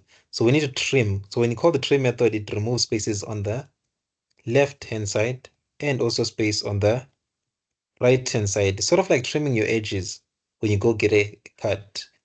Or for ladies when they do their edges, it's like fixing the edges. You fix when you fix the edges, right? Do you only fix the ones on the right or you fix both the ones on the left and the ones on the right? You fix both, right? So it's the same thing here. So I forgot. I think it's called trim. Yeah, it's also called trim. In Java, it's also called trim. So dot trim. So since I'm not gonna like this thing. I'm having to type. I'm just going to copy and paste it. So trim dot trim because the user can we can't trust the user. The user can give you the information or they can make a mistake. You never know. You as the programmer, it's your duty. It's your job to make sure that everything goes well. The data is exactly as expected. You know why? No special spaces on the left and right hand side. You only want the text. So we did do everything. It should work now. So let's see. We'll refresh our database to see if it's working. Yeah, I think the time's almost is 2 hours now, right? Or almost, yeah. So it's almost 2 hours. But then I want to do everything inside this video. I'm not gonna pause. Okay, so now we have must be placed inside a form with the run at server tag. This is the type of error that I do not want. So the control is of type button must be placed inside a form tag. Isn't the button placed inside a form tag though? So there's the button, right? So let me press div here. Let me check something. So you see, it's within a form. That's what I'm. Oh, it needs run it server. Okay, I see. Ah, so when you get that error, right, it means that the form is missing a run it server. So that this whatever's within the form can be run on the server side. Yeah, it's really annoying, I know. Yeah, if you forget that, if you don't put it, it's not gonna run. Then remember when they said your code, if your code crashes, that's going to be kept at 40%. And you get 40% provided that you get exactly 40%. You get kept at exactly 40% provided that your code is 100% correct, but then it crashed. So that means you have all the methods, the check if it exists, all of those things. You have all of those methods. But yeah, I forgot what, since I'm thinking about it now, I forgot something. Remember, we have that book check if booking exists, right? We have that method which checks if the booking exists. So I don't know whether we should check it here. We should use it here for checking when, yeah, I think we should, yeah, I think you should only use it here when you're editing, when you edit the booking. We should first check if it exists. I think you can use it anywhere because I could check here if the booking exists before I add. I could check if the booking exists. Call that method for checking if the booking exists. I could do that, and then if it's true, then I can just, yeah. So there's many ways you can implement it, but then I'll use the booking exist method here when I'm editing. That's the only place where I'll edit, which takes in an email address coincidentally. It did to edit you pass in an email. So I'll only use it there. So let's enter the information. So I'm going to, let me see, let me say, let me come up with, let me say Bob, and then I'm going to say Bob temp or Bob whatever. And then I'm going to put in an email, bob@gmail.com, the number of persons. I'm going to choose 4 plus, but then I know that's going to be a 4. Or I can just, let me just say 3 people. I'm booking for 3 people. And then the phone number is going to be, let's say 0, 69123 1990. Needs to be 10 digits. And then the date, what is today's date? It's 10th. So I'm going to say 10 September. And then the time, okay, it's in 30 minutes intervals, right? So let's say the time is, I want to book for, I'm going to be there at 8:30 p.m. And then what's the message? I don't know what message will be. I can say maybe I will bring my kids with. So please reserve, or please make. Okay, it even has auto completion. Hey, this is a fancy HTML page, HTML template. It even has auto completion. Please make sure the chef um, does not make spicy food today. So maybe you're a regular person, you're always there. So you're a regular, you always, to the point that you even say, put it on my tab. So you just told them that day you're bringing your kids, so they should not make spicy food. That's it. Just a simple message. Let's see if it's gonna work. So that's the problem. It's gonna refresh and go back to the top. Then you have to scroll down. Then we check if it added. You see, successfully added the booking. So it did successfully add. But then let's confirm. But then as you've seen so far, if it adds, it does add. If it doesn't, it doesn't.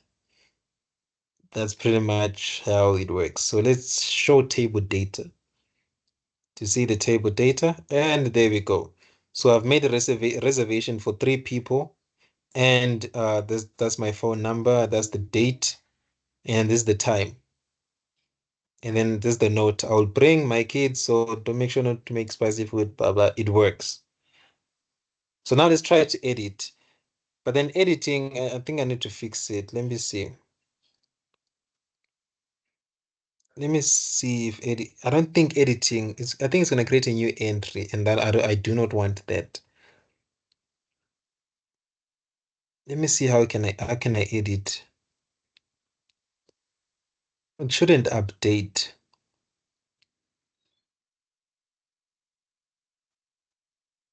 Oh yeah, I'm thinking about it. So you shouldn't have that code for updating. If I'm not mistaken, you shouldn't have that code. Let me see. Let me search db dot. Let me check something. Oh, you can delete the data, the whole database. Damn. Yeah, this is dangerous. By just using that database variable, you can delete the whole database. Hmm.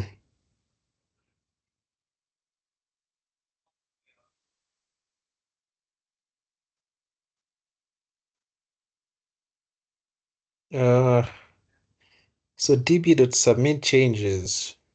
Hmm.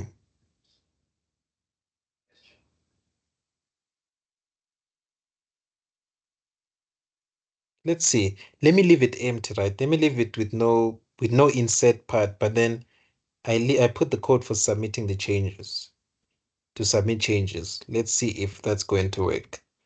Because this object, right? Remember this object, it does take in information from the user, but then we haven't, yeah, we haven't designed the edit page, the edit reservation page.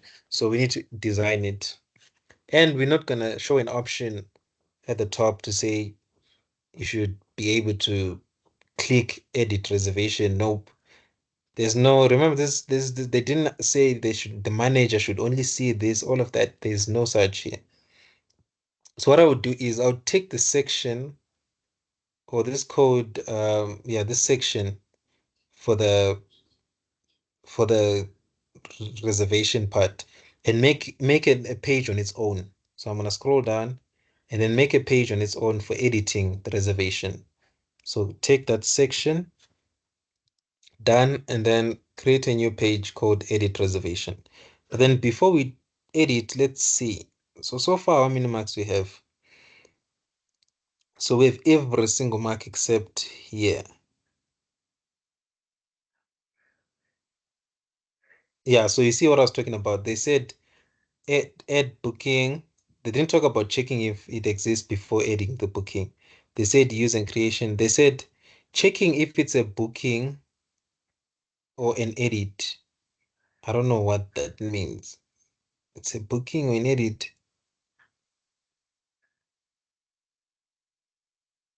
Checking if the booking exists when editing. I think that's what they meant to say because I don't get what they're saying. If it's a booking or an edit.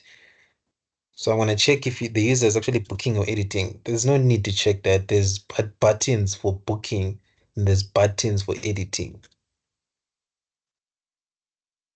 So yeah, yeah, there's pretty much nothing else that they've said here. So they didn't say you should not. Let's see. Maybe, oh yeah, you are not allowed to add any new web pages to the, yeah. So we are not allowed. So since we're not allowed, it's fine. We are not allowed, right? It's fine. But what we use to get the input is this exact same fields. We use the exact same ones. But then instead of clicking the add reservation button, we're just gonna go straight to edit. So that's the main difference. So since this code is gonna be similar, I'm just gonna copy and paste this code. Just save time. And then just change the function to, because it's pretty much the same thing. And then just change the function to what is this? Change the function to the function that I want to call, which is the edit update booking. So dot update booking, which also takes an object. And then it's going to return a response. So before I need to now call that method. Remember check if booking exists. So I need to say client dot booking. Does booking exist? And then it takes in an email, right? So I'm gonna pass that email. And then if the booking exists, then I can edit, right? If it doesn't, then I'm going to say booking does not exist, which is, to be honest, pretty much, it's pretty redundant because I already returned a one when the booking already exists. So it's pretty redundant if you ask me. But then I guess that's how they want it to be. So I'll just copy and paste all of that code and execute only when this function does booking exist return true. Else, if it doesn't, okay, this close, okay, else if it doesn't exist, it's fine. I can leave the close there because I should only create the service client only when the booking exists. If it doesn't, then I just say message dot for color, change it to red, and then message dot text is equals to booking does not exist. Oh, okay. This is a different scenario, so I need to change it with the messages. So booking does not exist. What should you try to do? So try booking. So try creating. Try it. Try booking. Well, try adding it. Try adding a new reservation. Try adding a new reservation because the booking currently does not exist. So I'm gonna advise the user to try add a new reservation. And then even for adding the booking, I need to check if the booking exists first. If it and I should add only if the booking does not exist, right? I know it's a pretty redundant because the code that checks that is already in my database. Is already inside my function for adding the booking. But then I just want to show them that I did use the method does booking exist. And then if it exists, then we have a problem. It shouldn't exist. So I should only run the code to add the booking when it doesn't exist in the else part. That's where I'm going to copy and paste all of that code. And then does booking exist? That means I need to output an error message to say that booking already exists. Try editing the booking. Booking already exists. Oh no, this is for color. What am I doing?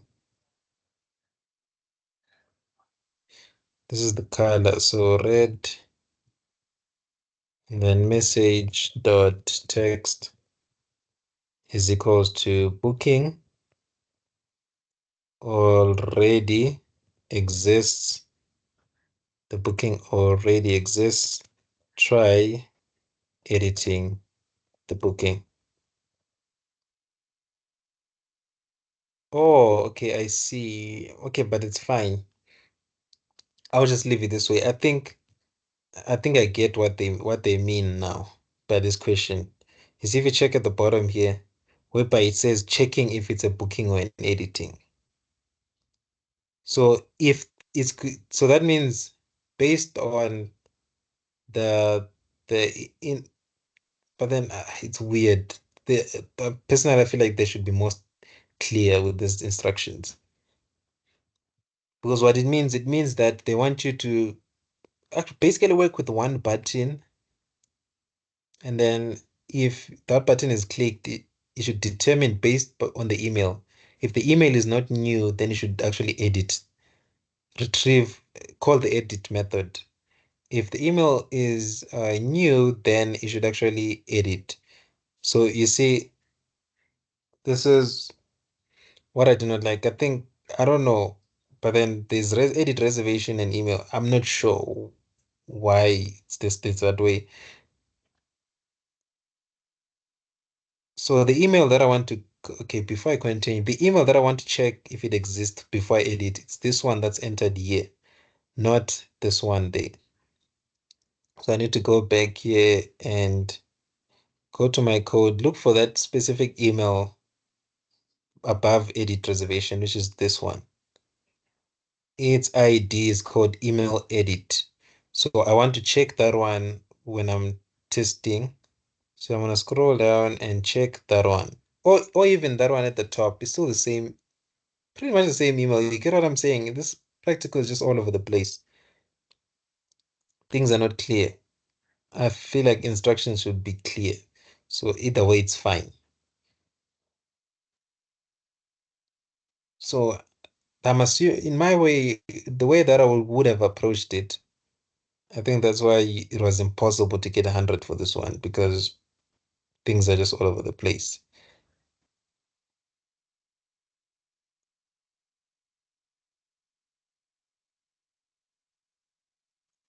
Come on. So let's see. Let me say Bob, and then let me say I want to rename my name. I want to change my name to Jack. And then email is the same one, bob@gmail.com. See if it edits. And then two people now. Remember it was okay, it was three. Let's change it to four. And then 061 9988. That's the random hello chef. And then it's going to take from that, but then I need to skip this button, right? Because I want to edit. And then I'm gonna click edit and then oh, I didn't put a label for edit. So we can't be sure. And why is it showing here success? Oh, it's not okay. It seems like it returned a good response. But then, yeah, you see this thing of copying and pasting code. Let's just double check our database. Reservation. I'm not sure if it edited. I'm not really sure. Yeah, I see. Nothing happened. So, yeah, so something is missing in our code. We need to find a way to edit. How do we edit? How do we go about editing here? So let me try and figure out how do we go about editing. Before we do that, let me go back to my website and fix those issues, man. It's this thing of copying and pasting code is not good. It shouldn't say successfully edited. It should say successfully edited booking. And then here it should, let me see. If if booking does exist, then we can update it. One means it does not exist. If I'm not mistaken, that's what it means, right? That's how I wrote it. If it's not, okay, if it's not equals to null, that means the booking does exist. Else, oh yeah, a one means that it does not exist in this context. Yeah. And a zero means it does exist. And zero means that everything went well. But then before you do that, no, I know it's not gonna work. It's db dot what? Dot reservations, right? Table dot I do not want to insert. That's the problem because if I insert,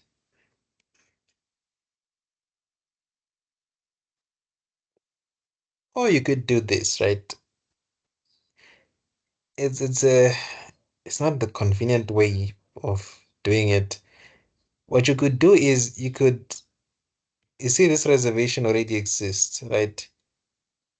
What you could do is you could delete that reservation and then put this new one in, insert this new one. Which is technically editing, right?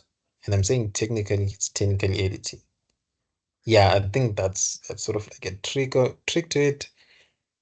But then let's just put insert and submit and then obj reserve. That'll think it as a trick to editing. You delete first before adding this new one so that you've edited so that you don't have duplicate data. But then I'll run it, it should have duplicate data, it should add a new end, which is not what we want. I think that's the only way to edit, Shem. I don't see any other way of editing. You just delete the current entry and then put in a new one.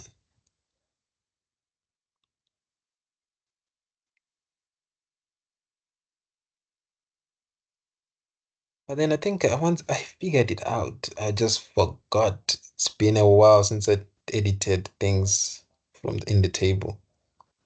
Yeah, editing, I forgot how to do that. So last used, and then persons, let's say for, and then I'm gonna say hello, and then that's it. And then it's gonna test this email if it exists. If it's already in database, then it will edit. If it's not, then it won't. So it ran, and then I'm gonna scroll back down and it says successfully edited booking.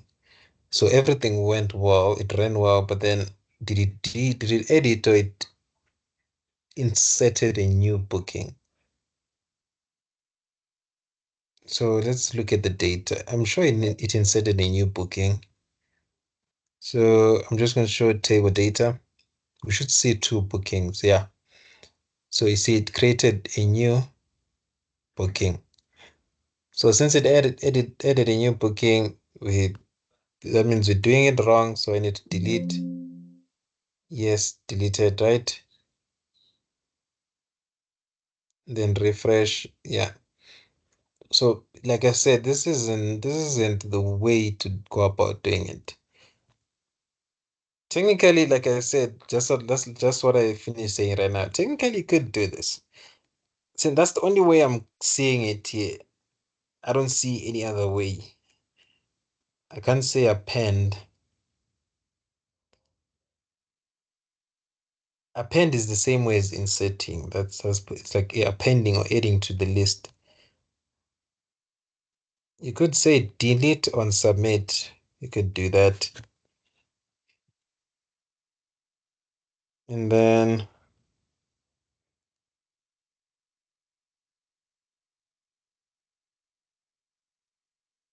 produces a set of two sequences by using, or a set of two. We do not want to correlates elements of two sequences based on the default comparator is used order by ascending prepend reverse single sum take while to hash to, but then it can be produces the set union. Let's try union. I'm something just tells me it's union. I don't know. We'll see.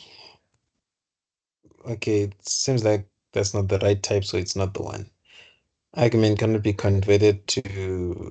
Okay, so it's actually expecting a list. So let's do this, right? Let's say delete on submit. What am I deleting? This one that I'm extracting from the table. So this is how I'll technically edit it. Yeah, it's a weird way of going about it. So I'll just delete first this temporary one that I extracted from my table, because either way, this one would have set of new information. Either way, and it's the same email. But then you see, that's another problem is that it's going to create a new ID, right? It's going to create a new ID. We want that only that ID, that specific one. So it's fine. I'll just do it this way and then insert and submit the new entry now. But I'll find a way on how to do this. I'll just get back to you once I found a way. But then I'm sure something very small.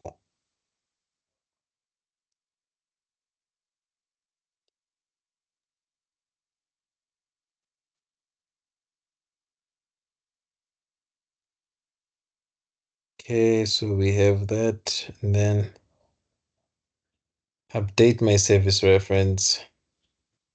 That's the problem. It's like technically it's gonna update it, and yeah, it's the emphasis on the technically keyword. Technically it's gonna update, but it's not the right way. If you get what I'm saying, it's not gonna be the right way of going about it because the ID needs to remain the same. It shouldn't create a new entry, therefore generating a different ID. So let's say hey and then edit. So it did successfully edit the booking, right? Let's see. So I'm going to do this, then show table data. So you see, it's gonna have one entry, right? Which is fine, which is technically editing because it's still the same email, but then the ID has changed, which means that the IDs are gonna keep increasing every time we update, which means in the long run, our application will crash, and we have to use a bigger data type like long, which is unnecessary. Why would you wanna do that? So technically, this is editing, but just know it's really not the right way to edit. I totally forgot, and it's a small thing. I know for a fact it's a small thing. This is a very small problem to fix.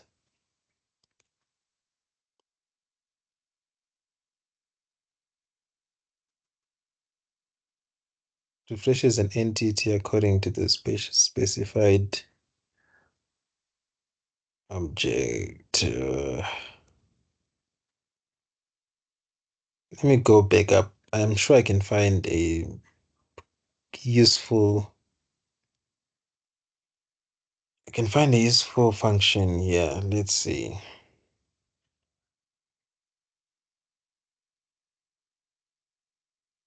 What is this refresh function for?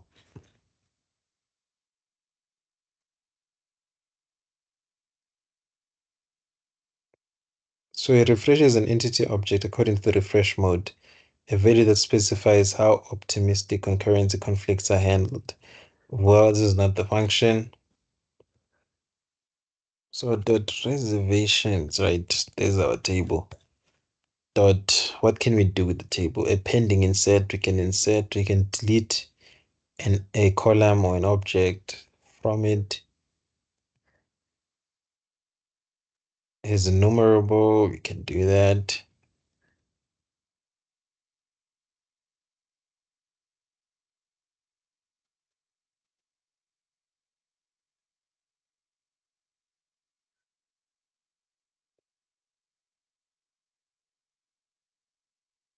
Mm,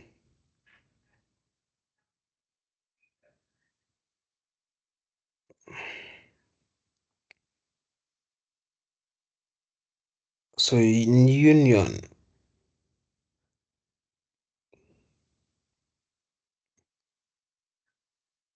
yeah, I'm just gonna leave it like this for now. So for now, this is how I'm going to view it. You're just gonna delete first on submit and then insert and then make those changes to your database. So it's going to delete that old entry and then insert this new entry, which is technically editing, technically. So I'm just gonna leave it here. I'll just get back to you if I find a better approach to this. So good luck with your semester test.